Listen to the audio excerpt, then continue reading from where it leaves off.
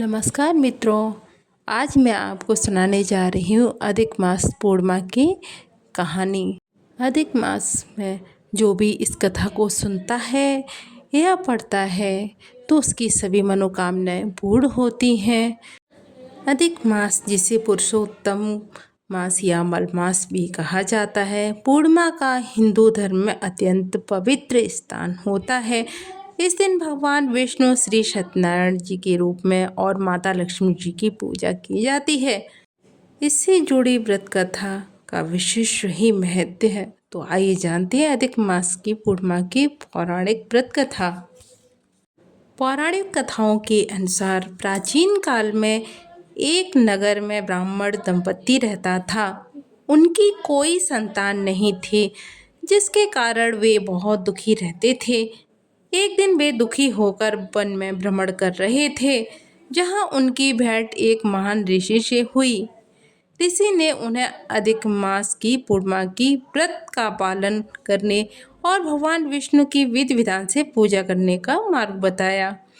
दंपति ने पूरी श्रद्धा और नियम के साथ व्रत रखा।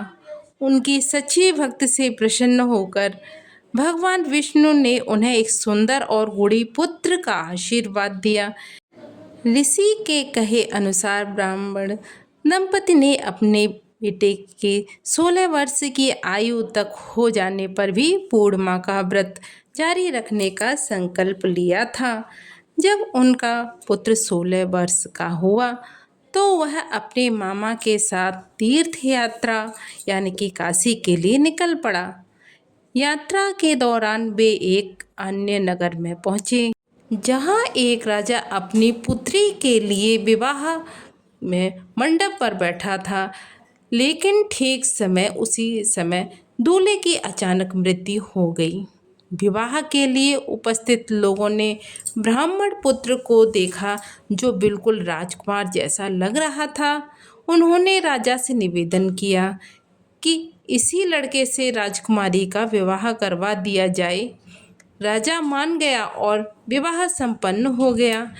लेकिन जब राजा वापस जाने लगा तो उसने राजकुमारी को एक सत्य बता दिया कि उसकी आयु बस इतनी ही थी, वह कोई असली दूल्हा नहीं है। जब राजकुमारी को यह ज्ञात हुआ तो उसने अपनी माता द्वारा बताए गए अधिक मास की पूर्णिमा के व्रत को याद किया।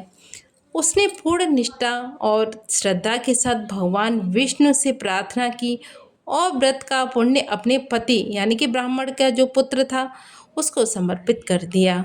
उस व्रत के प्रभाव से मरा हुआ राजकुमार जीवित हो गया। इस प्रकार पूर्णिमा का व्रत सभी कष्टों से दरिद्रता को दूर करने वाला होता है और जीवन में सुख समृद्धि लाने वाला माना जाता है। तो ये थी पूर्णिमा की कहानी। इसके कुछ नियम और लाभ हैं, जैसे आप पूर्णिमा के दिन दान और स्नान कर सकते हैं। दान जो भी आप हो सके दान दे दीजिए, और जो पवित्र नदियां हैं उनमें आप नहाने जा सकते हैं। भगवान विष्णु के सत्यनारायण की पूजा कर सकते हैं और कथा का पाठ कराना सबसे उत्तम माना जाता है।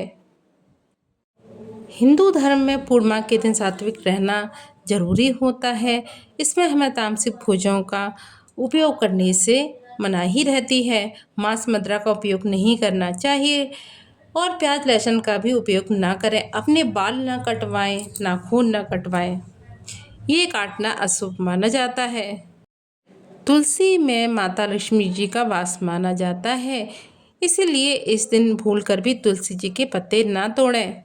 पूर्णिमा का दिन बहुत ही पवित्र और शांतिपूर्ण माना जाता है। इस दिन घर में किसी तरह का वाद विवाद ना करें, लड़ाई झगड़े ना करें, किसी का अनादर भी ना करें। इस दिन नकारात्मक ऊर्जा से बचने के लिए काले या फटे पुराने कपड़े ना पहनें।